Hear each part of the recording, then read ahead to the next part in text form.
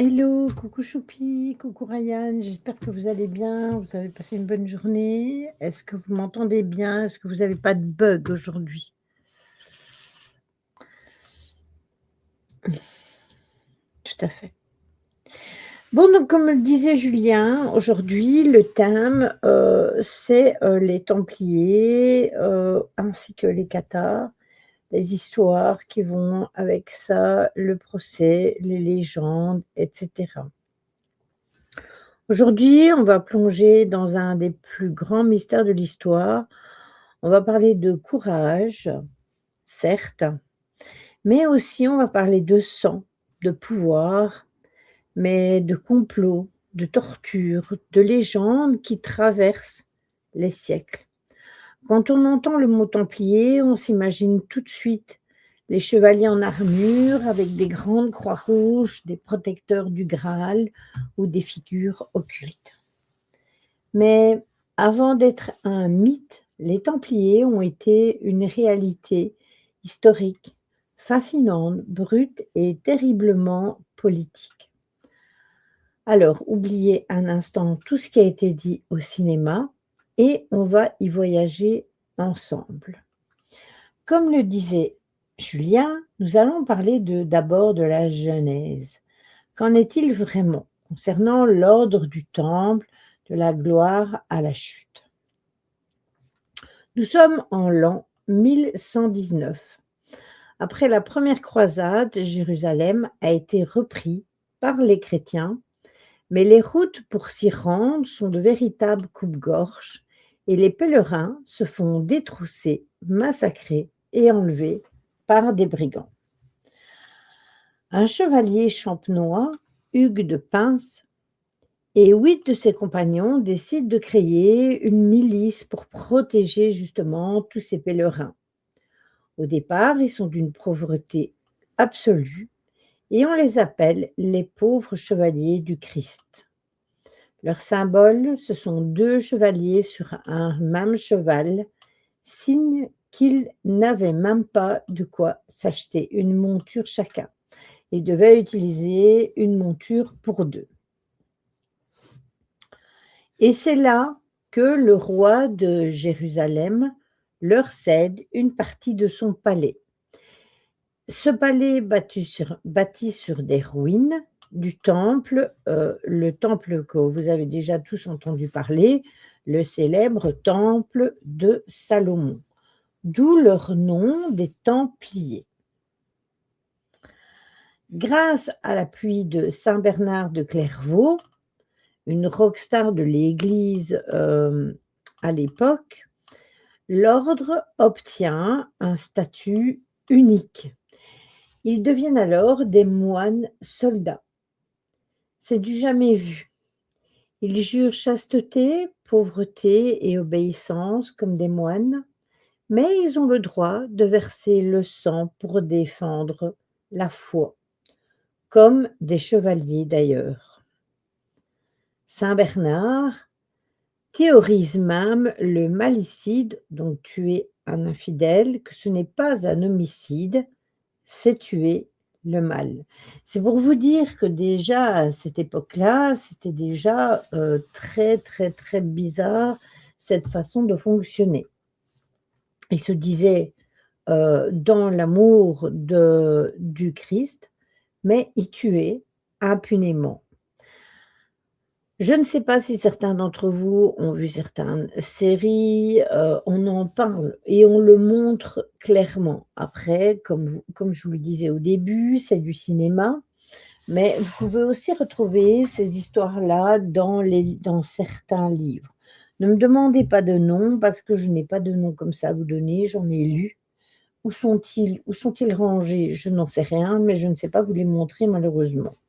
Et j'ai oublié les titres des livres. Mais dans certaines séries, comme une série, attendez, je cherche le nom, alors là, je n'arrive plus à m'en souvenir. C'est un jeune garçon qui a été élevé justement par un moine qui, lui aussi, parcourt les routes et se bat. Donc, entre guillemets, c'est relaté dans les films, dans les séries, un petit peu partout. Les banquiers de l'Europe, heu, sont à l'extension papale parce que coucou Véro, comment vas-tu? En 1139, le pape leur accorde une bulle administrative incroyable. Les Templiers ne dépendent plus d'aucun roi, d'aucun évêque. Ils ne répondent au pape, qu'est-ce que je raconte, hein? Ils sont exemptés de taxes et d'impôts partout en ce que l'on va dire maintenant l'Europe. Ah ben, tant mieux si ça va bien. Très vite, l'ordre va recevoir bien évidemment des dons, des terres, des domaines, des châteaux, de la part de seigneurs qui veulent s'acheter une place au paradis. Et oui, ça existait déjà. Vous savez, je fais le bien, je donne de l'argent à l'église, ainsi j'irai au paradis. Eh bien, ici, c'était comme ça aussi. C'était déjà de cette façon-là que ça fonctionnait et que les gens pensaient. Ils créent donc des commanderies, un résultat ultra maillé à travers tous les pays, notamment en France, bien évidemment. Ces commanderies servent de base arrière pour récolter de l'argent et envoyer des ressources en Terre sainte, donc envoyer des ressources au pape.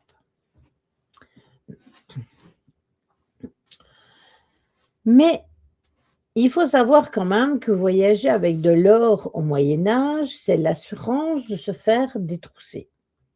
Donc les Templiers inventent alors la lettre de change. Ils déposent l'argent dans une commanderie à Paris et on te donne un code, un papier codé, et tu peux retirer la même somme en monnaie locale à Jérusalem.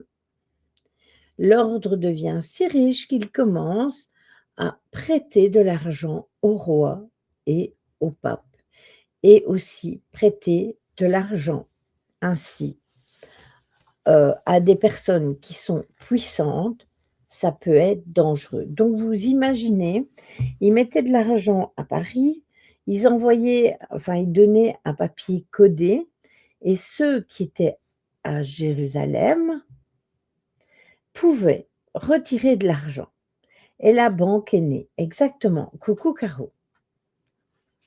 Comment va ta maman en fait? Je ne sais pas si tu m'as répondu parce que j'ai vu ton message, juste avant, de lancer.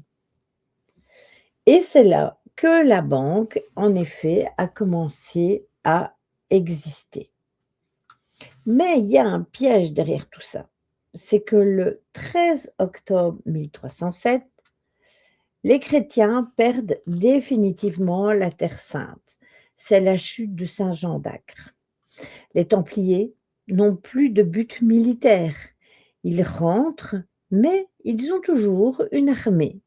Ils ont toujours leurs privilèges et ils ont aussi les dettes des rois. Mais bien évidemment, c'est pas la joie, je me doute bien.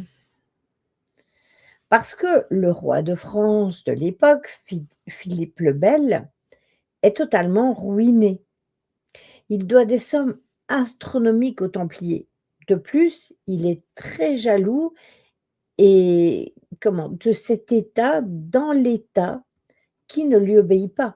Mais oui, forcément, parce que ce roi, non seulement il doit de l'argent aux Templiers parce que les Templiers lui ont donné de l'argent, mais en plus, eux, ils font leurs propres lois. Ils ne dépendent de personne.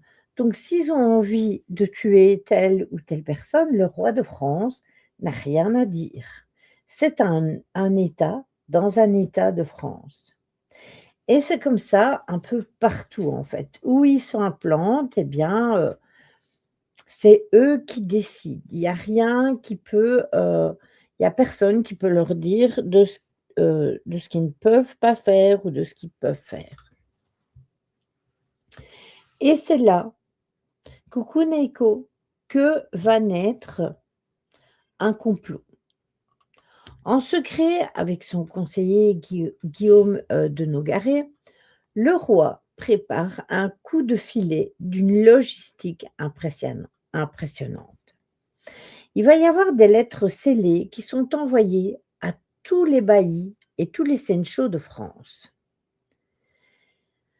Et dans ces lettres, on va leur dire qu'ils ne peuvent pas les ouvrir avant le 12 octobre au soir.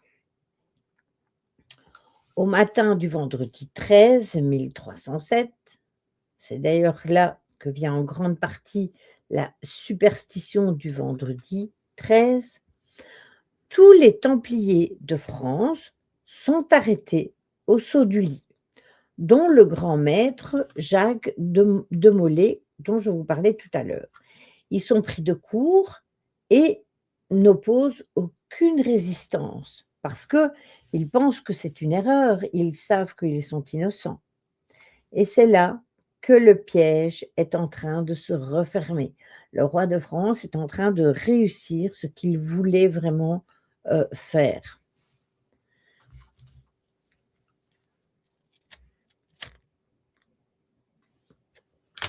Alors, imaginez la scène. En une seule nuit, l'armée la plus puissante de la chrétienté se retrouve derrière les barreaux. Exactement, et il pense surtout que le pape va régler le problème. Mais pour Philippe le Bel, arrêter des hommes protégés par le pape, c'est un crime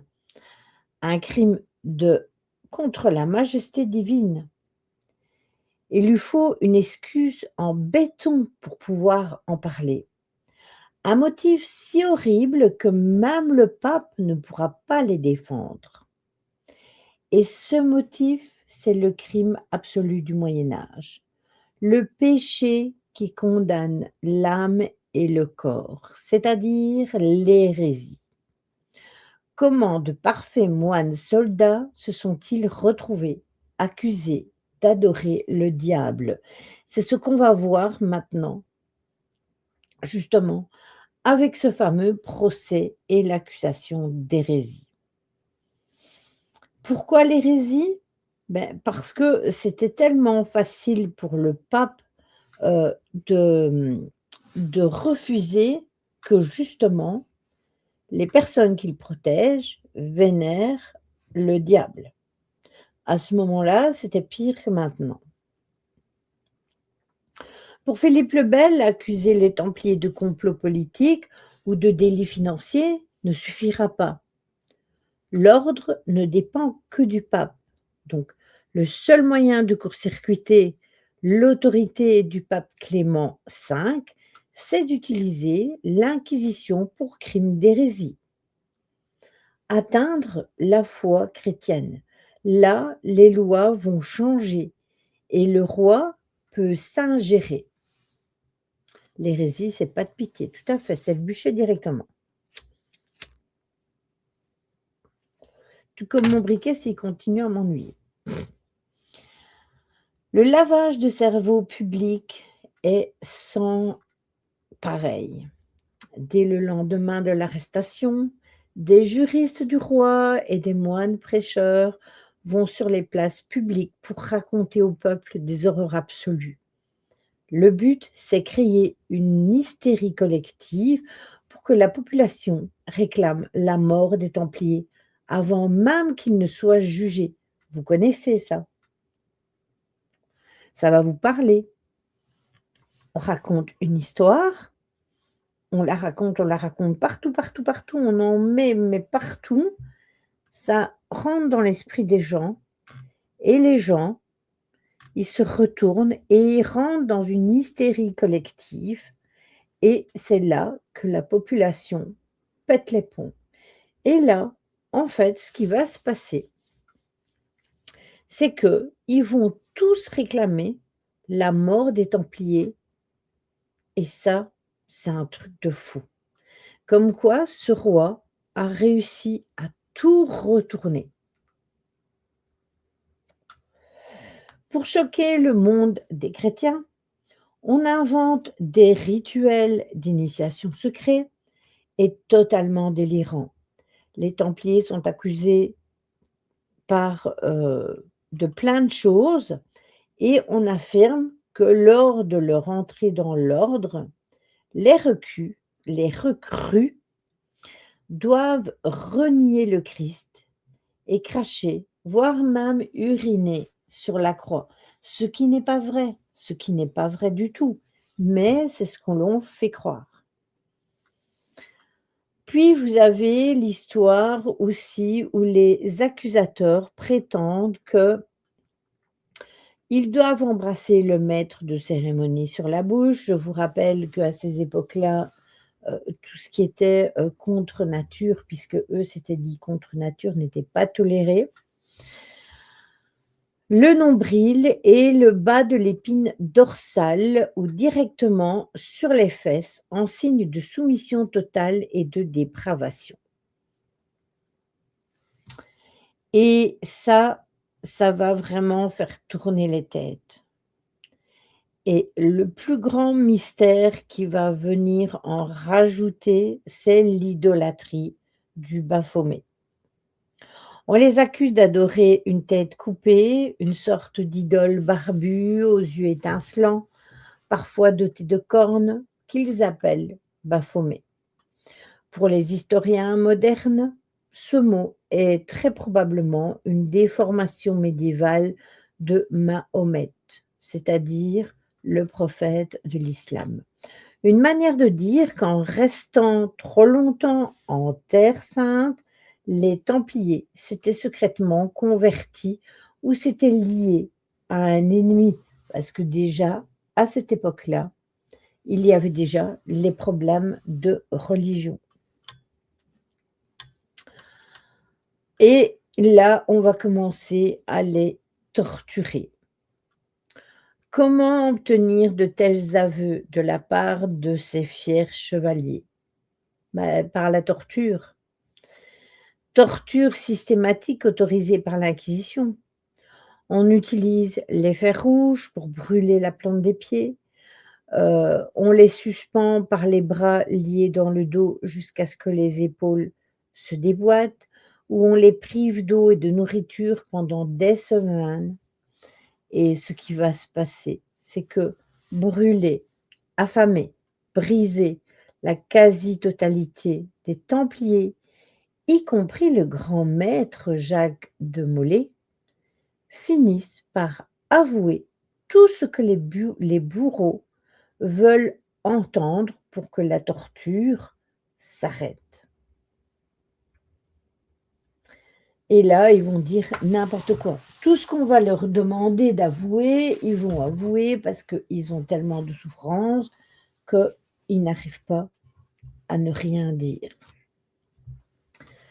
Quelques années plus tard, le pape Clément se réveillera enfin et décide d'envoyer ses propres commissions pour réinterroger les Templiers.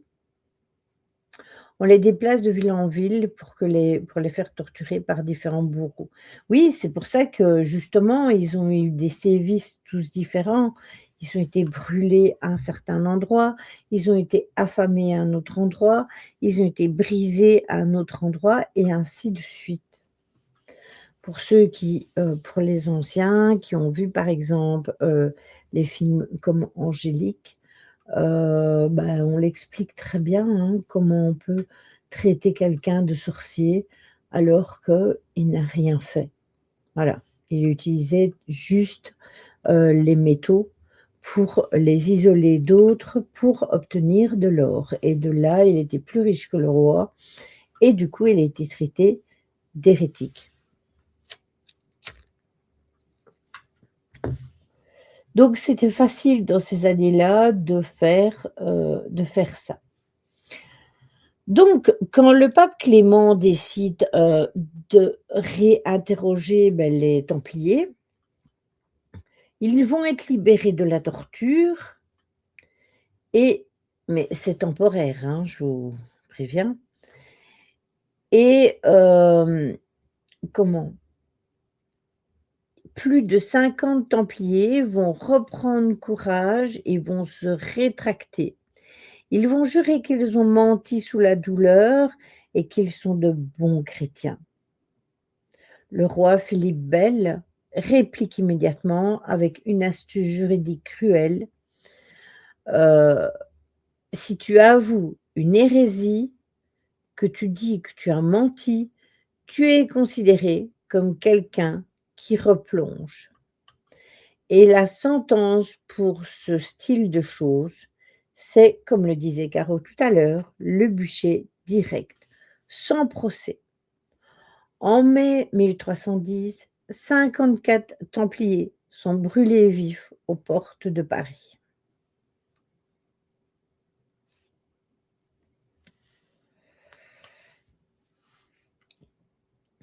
En 1312, lors du concile de Vienne, le pape capitule face au roi et dissout officiellement l'ordre des Templiers sans le condamner formellement pour hérésie, mais en déclarant qu'il est trop abîmé pour continuer.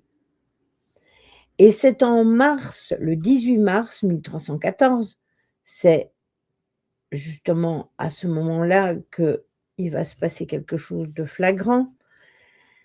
Sur l'île aux Juifs à Paris, près de l'actuel Pont-Neuf, Jacques de Molay, dont on parlait tout à l'heure, ce fameux dernier grand prêtre maître, est amené sur le bûcher. Alors que les flammes commencent à l'entourer, il hurle son innocence et lance sa célèbre prophétie mythique.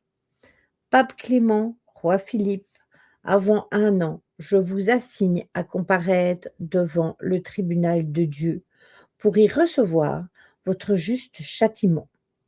Maudits, maudits, tous maudits jusqu'à la 13e génération de vos races.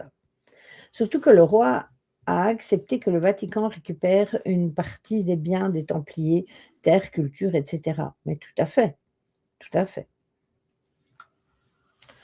Alors, il y a une coïncidence quand même historique ou un choc psychologique parce que le pape Clément meurt 1 mois plus tard. Il meurt d'une maladie étouffante, comme une gangrène ou un genre de cancer, on ne le sait pas vraiment. En novembre de la même année, Philippe le Bel meurt brutalement d'un AVC à la chasse. Il avait seulement, à cette époque, 46 ans. La légende des rois maudits est alors née. Et oui, comme quoi,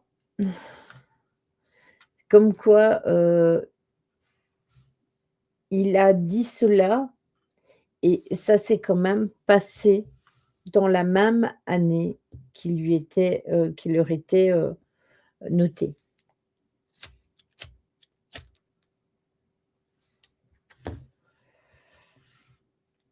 Et c'est là que cette malédiction de Jacques de Molay, tout se paye un jour, puis le roi a perdu ses enfants aussi, tout à fait.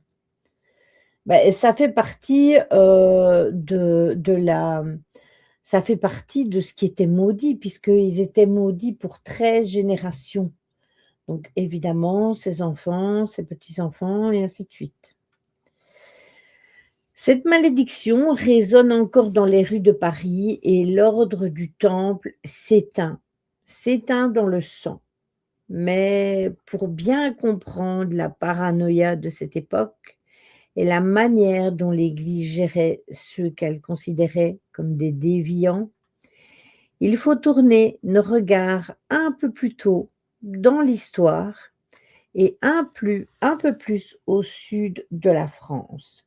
Car avant de s'en prendre à ses propres moines, la papauté a mené une guerre d'extermination totale contre un autre peuple d'hérétiques, des croyants pacifiques mais radicaux, qui refusaient la richesse de l'Église romaine. Donc on va ici quitter les plaines de Paris et plonger dans le mystère et le drame des cathares. Parce que tout est lié. tout est lié. Ils ont été jusqu'à laisser, mourir leur chevalier, leur templier, par faiblesse ou par stupidité. Mais avant, ils ont quand même, décimé, un peuple tout entier, justement, encore une fois, par, cupidité et bêtise.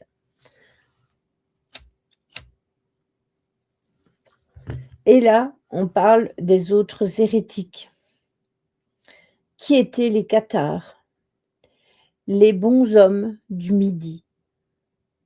Donc on recule un tout petit peu dans le temps et on revient au 7e et au 8e siècle. Le sud de la France, le Languedoc, est une région ultra riche, est une région de tolérance, où l'on parle le languedoc. C'est là que se développe le catharisme. Les bons chrétiens eux-mêmes ne se sont jamais appelés cathares, ce sont leurs ennemis qui les appelaient ainsi. Et ce mot vient du grec katharos qui veut dire pur. Ils s'appelaient entre eux les bons hommes et les bonnes femmes. C'est resté d'actualité, hein, on dit tout le temps, là maintenant, enfin ça se dit encore maintenant, quand on parle de quelqu'un de bon.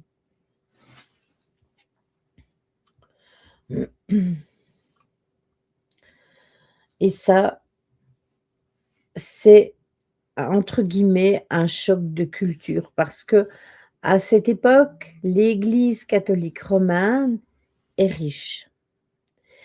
Riche et souvent corrompue. Et les évêques vivent comme des rois. En face, les dirigeants cathares, les parfaits, vivent dans une pauvreté absolue. Ils ne possèdent rien. Ils travaillent de leurs mains, prêchent l'Évangile et forcément le peuple les adore, lâche l'Église catholique pour les suivre évidemment. Comme c'est étrange. Et c'est là qu'il va se passer, coucou Stella, le dualisme. Pourquoi l'Église a-t-elle vu en eux un danger mortel? Parce que leur théologie remettait en cause toute la structure de la société médiévale. Le bien versus le mal. Pour les cathares, il existe deux dieux. Le Dieu bon, qui a créé le monde spirituel, invisible et pur, et le Dieu mauvais, souvent assimilé à Satan. Qui a créé le monde? Bien évidemment, le monde matériel, le corps et la terre. Pourquoi le corps est une prison de matière créée par le diable? Les cathares rejettent tout ce qui touche au monde matériel. Ils refusent de manger de la viande, du fromage et des œufs, tout ce qui est issu de la reproduction. Et pour eux, il n'y a pas d'enfer, mais la réincarnation. Ils ne croient pas en l'enfer. Pour eux, l'enfer, c'est notre vie, ici, sur Terre. Si tu ne mènes pas une vie pure, ton âme se réincarne dans un autre corps, humain ou animal, jusqu'à ce que tu sois enfin libéré. C'est leur unique sacrement, un baptême par imposition des mains, souvent donné sur le lit de mort, qui lave l'âme et qui leur permet de retourner directement au royaume de Dieu après les morts. Je me suis endormie après le repas, maintenant là ma mère est réveillée. Ça m'est déjà arrivé, tu sais Stella. Je mange, je m'installe, je fume une cigarette avec monsieur et je me sens bien, je me sens glissée et bim! Au revoir.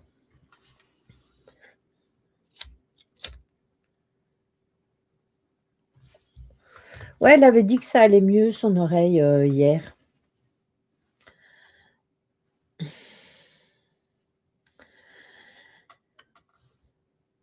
L'extermination et vous allez voir que ce qui s'est passé avec les Templiers, pas ce n'est rien du tout comparé avec ce qui va se passer là, en extermination.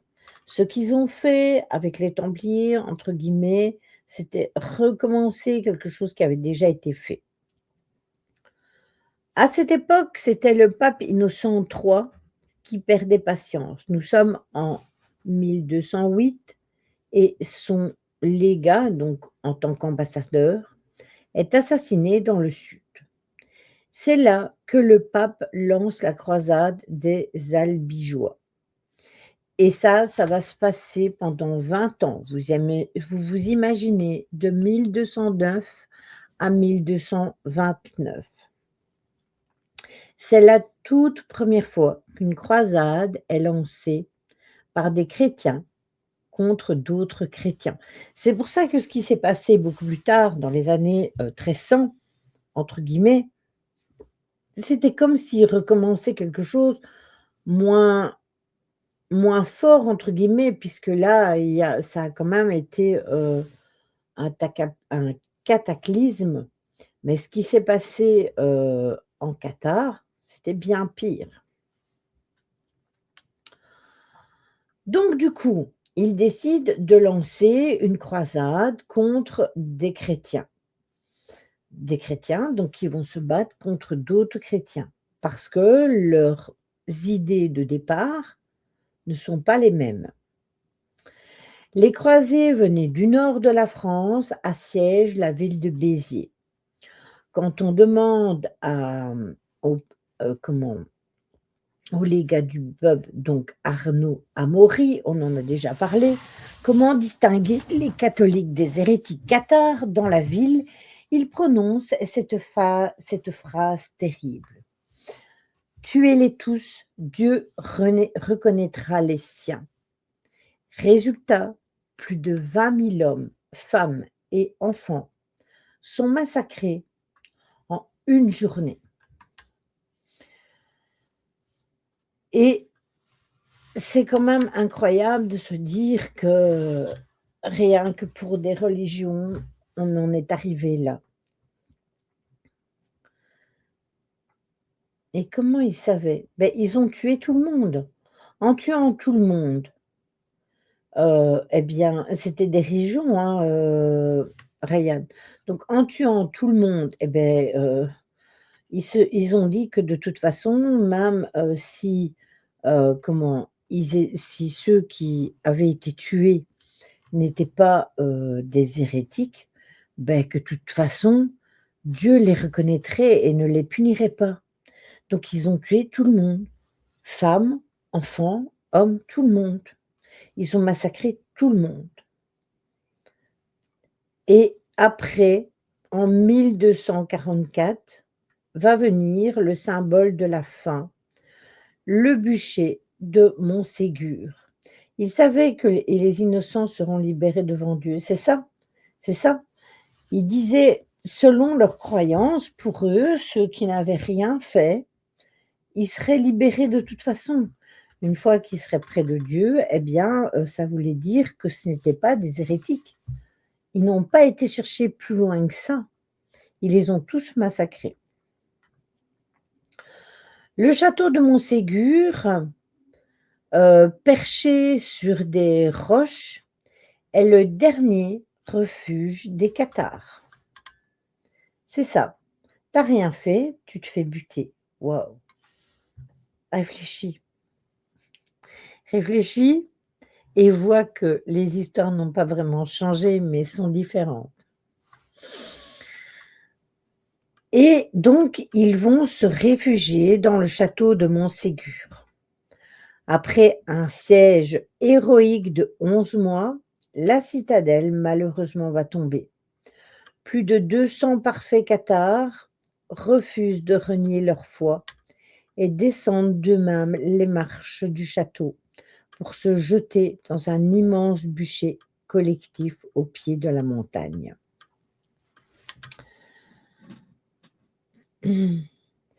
C'est justement à partir de ce moment-là que l'Inquisition, donc la police politique, hein, c'est là que l'on va créer la police politique. Après la banque, nous avons la police politique.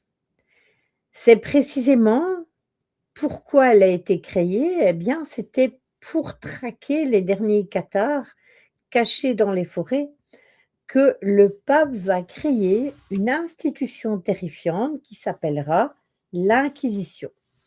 Et cette inquisition va être confiée aux moines dominicains. Cette même inquisition, inventée pour détruire les cathares au 8e siècle, au 13e siècle, qu'est-ce que je raconte, est l'outil exact que Philippe le Bel va détourner et utiliser en 1307 pour briser les Templiers. Dans les deux cas, le pouvoir central, c'est servir de la peur du diable et de l'accusation d'hérésie pour éliminer des groupes devenus trop autonomes ou trop dérangeants. Comme les sorcières ligotées, lestées, jetées dans un lac, elles ne coulent pas. Oui, voilà. Si elles ne coulent pas et arrivent à se libérer, ben, ce sont des sorcières, donc elles vont embûcher. Et si elles coulent, elles se noient, elles sont innocentes, mais pas grave, elles sont au paradis. C'est exactement la même chose. De toute façon, on a parlé déjà, quand on a parlé des sorcières, il y a de ça 2 ans, je pense, on en avait parlé justement de ce qu'elles avaient vécu, enfin de ce qu'ils ont vécu, parce que je vous rappelle que sorciers et sorcières, il y avait les 2. Voilà. Exactement, de toute façon, c'était déjà comme ça, c'était déjà, faire peur, créer la peur et après, je crois que je préférerais me noyer que de brûler vive. Je pense que beaucoup d'entre elles ont préféré aussi se noyer. Tout à fait. Il n'y avait pas que ça, hein. Tous les enfants qui étaient roux, étaient des enfants, dits, lucifériens, des enfants du diable, hein, il n'y a pas que eux qui ont vécu ça. Tout ce qui était différent. Puis vous avez aussi, toutes ces femmes qui utilisaient les plantes pour se soigner, c'était, des hérétiques. Les roux, les handicapés aussi, oui.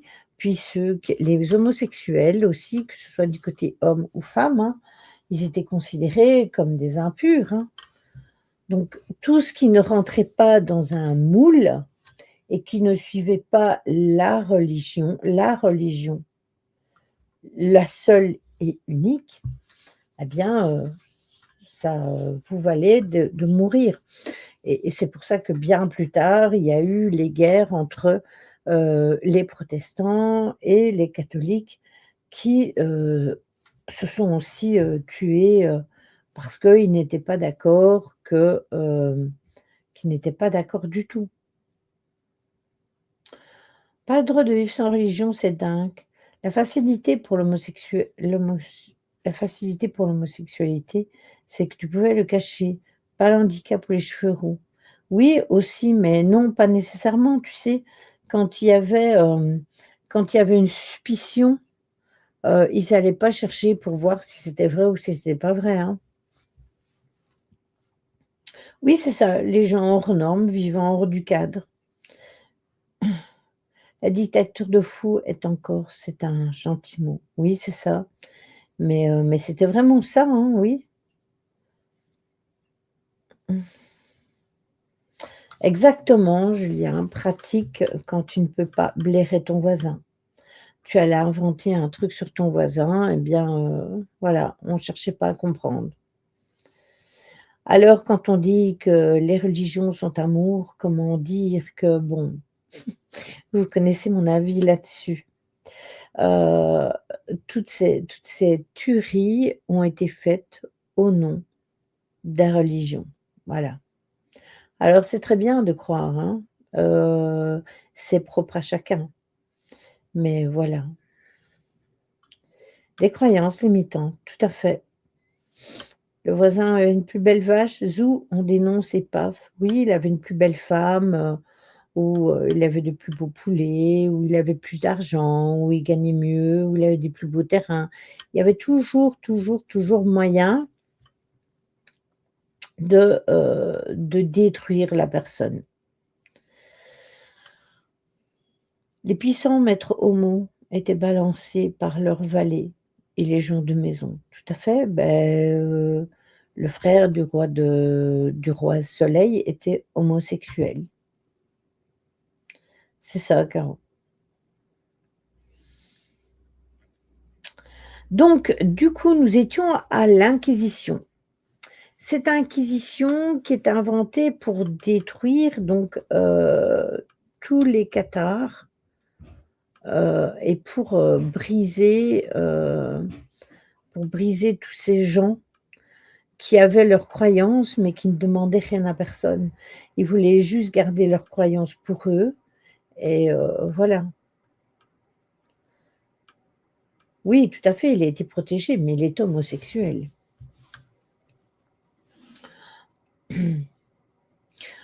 Donc, avec les cendres encore chaudes des bûchers de Montségur et de Paris, une page de l'histoire se tourne. Les cathares et les templiers ont été balayés par le feu et dans le sang.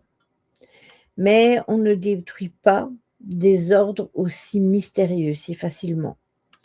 En mourant, ces hommes ont laissé derrière eux des secrets non résolus, des parchemins disparus, des ombres flottant sur des citadelles abandonnées. Et c'est là que l'histoire s'arrête et que les mythes commencent.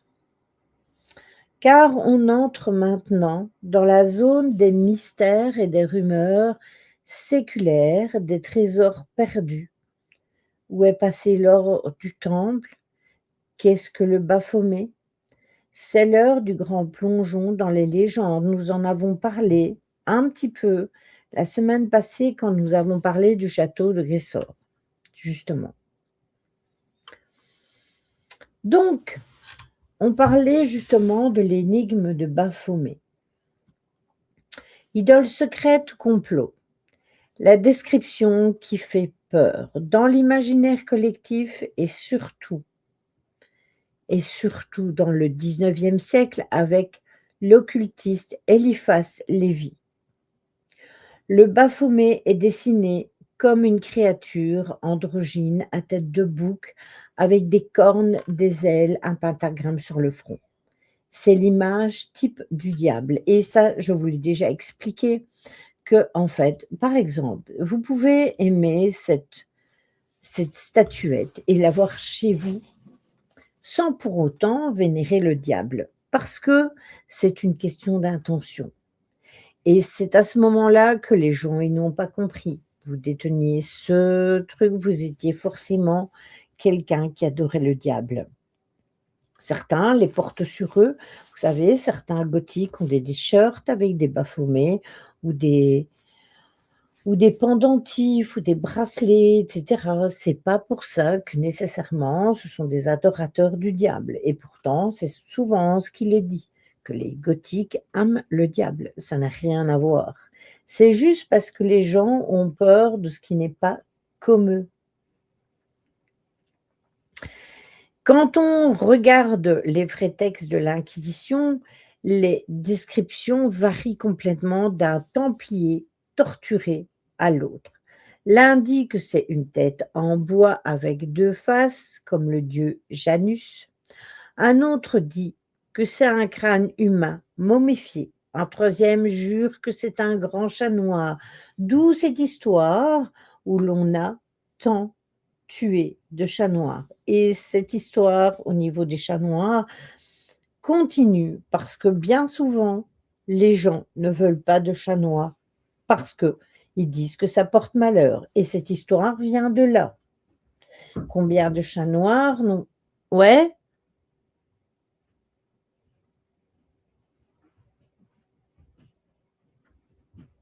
T'as frappé? J'ai entendu toc-toc, mais le diable Lucifer est pourtant le porteur de lumière à ma base, mais leur interprétation de fêlés sont passés par là. Complètement, mais ils ont raconté des histoires. Voilà, diable, Dieu, ange. Oui, voilà, c'est ça. En fait, c'est comme les anges, hein. Les anges, ils sont dessinés de telle façon, mais c'est l'être humain qui a voulu concrétiser ça sur une image. Enterré vivant un chat noir sous la porte de la maison, protégé, soi-disant du diable. Oui, et regardez, le pire de tout avec les chats noirs, c'est que encore maintenant, quand des gens voient des chats noirs, il y en a qui n'hésitent pas à les tuer juste parce qu'ils sont noirs, juste parce qu'ils croient que le chat va leur porter malheur. Mais c'est une mentalité, vous allez me dire complètement débile, mais voilà, c'est parce que tellement les gens ont voulu faire peur et ça date de ces époques-là. Tout comme on parlait de diable et cetera, de représentation. Certains chercheurs pensent que Baphomet vient du grec aussi Baphémétis, le baptême de la sagesse. Les Templiers auraient possédé une connaissance ésotérique secrète, peut-être liée à la gnose. On en a parlé, on a fait un live là-dessus. Un courant chrétien, très mystique et ancien. Si déjà le vendredi 13 porte la poisse pour certains aujourd'hui, forcément, d'autres croyances persistent. Oui, voilà, c'est ça. J'ai pas préparé le thé pour vous. Oh, quelle honte. Ça, c'est honteux. Au bûcher.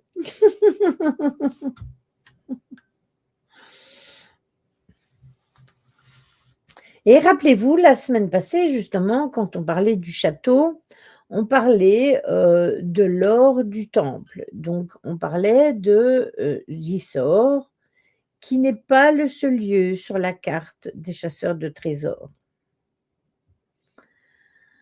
Vous avez plusieurs lieux et on en parle déjà on en parle dans les livres et dans les films.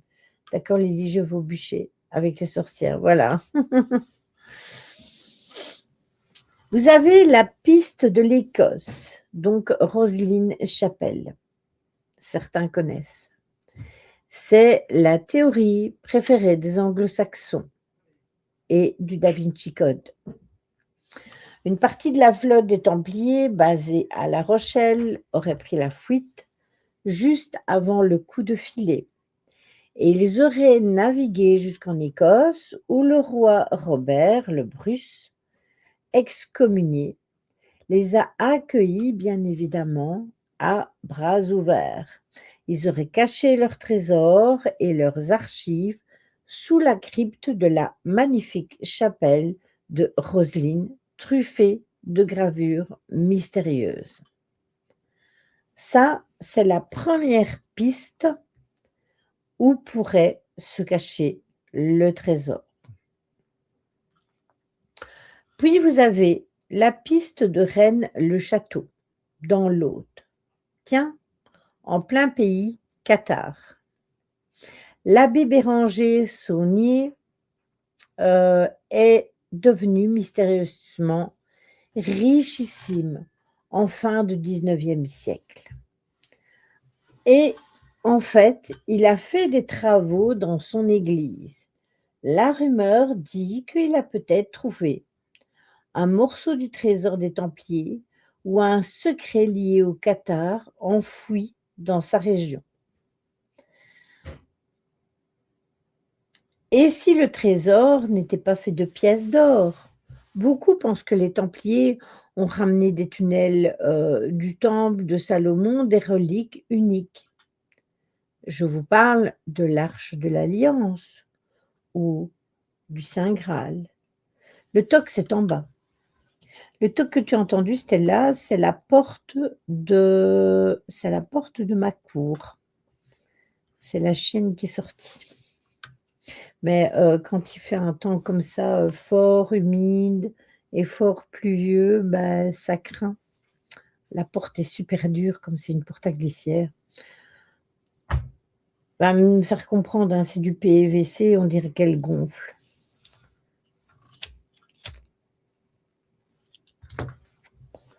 La cochonne grillée.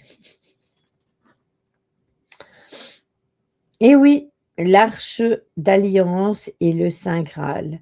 On va le survoler aujourd'hui, mais on en parlera, mais plus profondément plus tard. Parce que je me suis dit que ça ferait beaucoup, beaucoup de renseignements si on déviait sur le Saint Graal ou sur l'Arche d'Alliance. Mais ça fait partie d'un futur live. Les gardiens du Graal et la survie de l'ordre, eh bien, on en parle dans les romans médiévaux comme ceux de Wolfram von Eschenbach. Je ne sais pas si c'est bien dit. Hein. Les gardiens du Graal sont appelés les Templeuils-Saints. Très vite, la fiction a dépassé la réalité parce que le public a fini par croire que les Templiers avaient pour mission divine de protéger la coupe ayant recueilli le sang du Christ. Puis, vous avez la franc-maçonnerie. Au XVIIIe siècle, certains mouvements de la franc-maçonnerie, comme la stricte observance templière, ont affirmé être les héritiers directs et secrets des Templiers survivants du bûcher de 1314. Une manière de faire revivre les rituels de chevaliers dans l'ombre. Donc, c'est assez intriguant aussi cette histoire. Après, on pourrait creuser, hein. Il y a énormément à dire sur la franc-maçonnerie, énormément. D'où elle vient? Quel est son départ? Est-ce que ça vient des Templiers? Est-ce que ça vient pas des Templiers? Qui sont-ils et qu'ont-ils traversé depuis autant d'années? Ont-ils récupéré un morceau donc du trésor? Aurait-il le trésor complet? On ne sait pas. Est-ce que le trésor a été divisé en plusieurs parties? Est-ce qu'il y en a une partie qui est mise sous le château de Rennes-le-Château? Est-ce qu'il y a une partie qui est sous Roselyne-Chapelle? Est-ce qu'il y a une partie qui est en dessous du château de Clisson? On ne le sait pas. On ne le sait pas. Comment a évolué toute cette franc-maçonnerie? Comment elle est devenue ce qu'elle est aujourd'hui? Pourquoi on l'a dit toute puissante, et cetera. Si vraiment ça vient des secrets des Templiers survivants du bûcher, est-ce que ce ne serait pas, entre guillemets, à la base, un genre de rébellion contre l'Église? Il faut se poser les bonnes questions.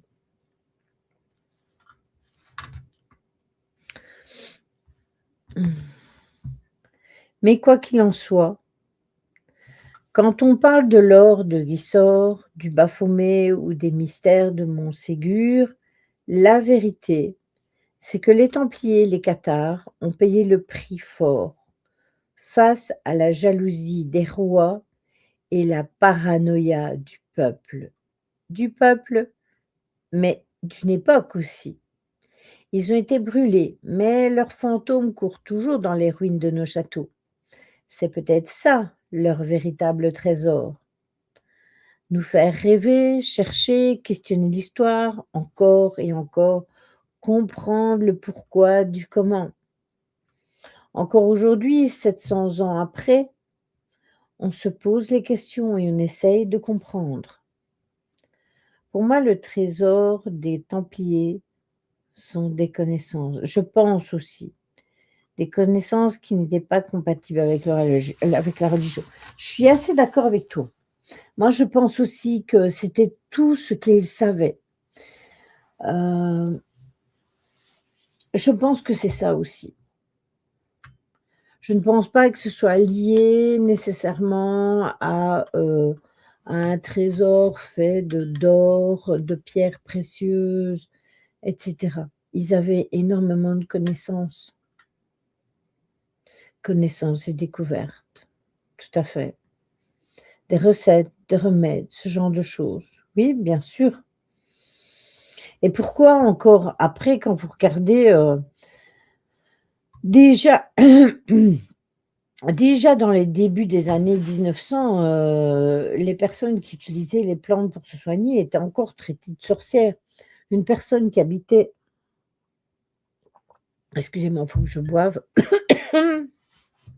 Une personne qui habitait seule en forêt avec des animaux et qui utilisait ces plantes et qui cultivait et qui se soignait toute seule, était traitée de sorcière déjà. Donc en fait, le monde n'a pas évolué. L'être humain n'a pas évolué. Je dirais même que l'être humain a régressé. Alors certes, hem, l'être humain, il y a eu des inventions. Est-ce que les inventions viennent de l'être humain ou pas? Les genres circuits, oui, c'est ça. Utiliser la nature, c'est bien. Oui, les gens qui font des trucs que les autres ne font pas. L'être humain évolue et involue sans cesse. Moi, je me suis déjà posé plein de fois cette question et vous avez dû vous la poser aussi. Sur quelques années, on a énormément évolué. En Chine, dans les hôpitaux, il y a 2 pharmacies. Une pharmacie avec des produits issus de la nature et une autre pharmacie comme chez nous. Ben voilà. Ils avancent et paf, ils régressent. Certes, certes, il y a eu l'invention de l'électricité, il y a eu plein d'inventions dans la fin des années 1800 et en 1900, il y a eu plein de choses qui ont évolué et qui ont été trouvées. Mais vous pouvez remarquer une chose, c'est que encore une fois, les anciens, ça va vous parler, parce que les plus jeunes, beaucoup moins.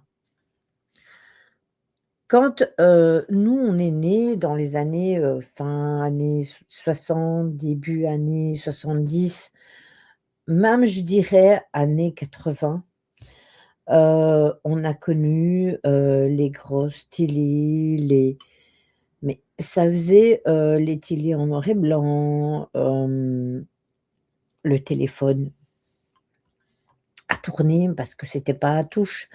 Pendant des années, on a utilisé ces postes de télévision, ces postes de radio qui ont été utilisés pendant la guerre, et cetera, et cetera. Et puis dans les années 2000, on a inventé oui, c'est ça, cadran, merci Caro. Dans les années 2000, on a inventé, la TV moins différente, elle était toujours aussi lourde mais différente. De notre temps, c'était nous les télécommandes, hein, quand il fallait aller changer les boutons à la télé ou je sais pas si vous avez connu les télévisions avec des petites roulettes et il fallait tourner la roulette pour changer la chaîne. Voilà, hem, eh bien, on a eu les télévisions avec les télécommandes, le téléphone portable, le 1er téléphone portable, hem exactement, les enfants, c'était la télécommande. C'est vrai que depuis la TV couleur, ça a vachement avancé la technologie. Les voitures, les voitures, Enfin, il y a plein de choses depuis, les années 2000 sur 26 ans, allez, puisqu'on est en 2026, on est à la moitié de l'année, donc on peut la compter, qui ont évolué, mais évolué dans un truc de fou. Vous vous rendez compte qu'il y a quand même des écrans PC qu'on peut plier comme ça, hein? Heu, que le téléphone était à touche, le téléphone portable était à touche et maintenant il est complètement tactile. Vous en avez, ils sont fins, hem, comme du papier. Heu, Comment se fait-il qu'il a fallu si longtemps avant d'avoir cette progression d'un seul coup? Progression qui a fait régresser le monde, hein, ça, il faut le dire aussi, hein. Parce que maintenant, les gens ne cherchent plus rien, ils ne cherchent pas à comprendre le pourquoi du comment, ils ont une question, ils vont sur internet. Alors certes, c'est pratique, hein, pour certaines plantes. Par exemple, quand on est parti avec Aura, ramasser des pissenlits en forêt, sur le bord de la route, il y avait une fleur blanche, même 2, je pense. Et je lui dis: «Je pense que c'est de l'ail des ours, comment ça se fait qu'il y en a ici?» Mais ces petites fleurs blanches que nous avions vues, j'en avais vu, et Aurora aussi, dans une petite clairière, cachée sous les arbres et cetera. Et du coup, beh, bien évidemment, on a pu regarder avec le téléphone, et authentifier que c'était bien de l'ail des ours. J'étais quasiment sûre que c'était ça. Je les avais vus sur les vidéos de Titine, pour ceux qui la connaissent, qui est en Suisse et qui fait des vidéos de survie et qui montre des plantes et cetera. Donc certes, pour ça, c'est bien, parce que ça nous permet de reconnaître certaines choses, mais voilà. Oui, c'est ça, c'est ça, c'est ça. Cet engin-là, entre guillemets, on pourrait l'appeler «l'engin du diable», hein, malheureusement. Vous savez, ici en 2026 est sortie la voiture où vous êtes complètement surveillé, vous ne pouvez plus rien faire dans votre voiture, vous êtes surveillé en tout point.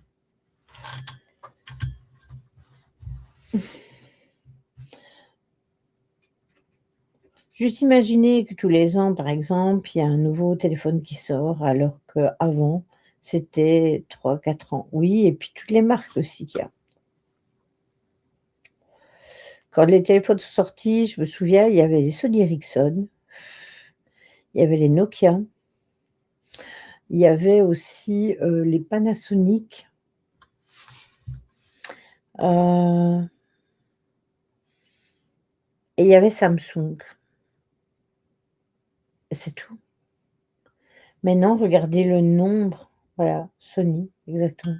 Oui, Sony aussi. Bah oui, Sony Ericsson, c'est ce que je dis. Il y avait Sony Ericsson, Nokia, Panasonic et Samsung.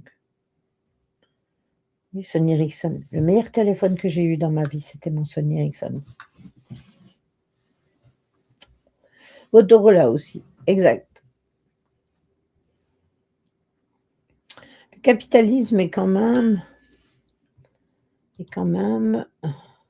responsable de tout ça. Changer de téléphone tous les 3 ou 5 à cause de l'obsolescence programmée, c'est pas de notre faute. Oui, ça c'est vrai.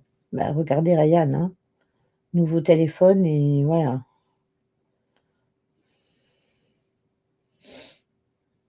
Idem, on me l'a volé. On te l'a volé?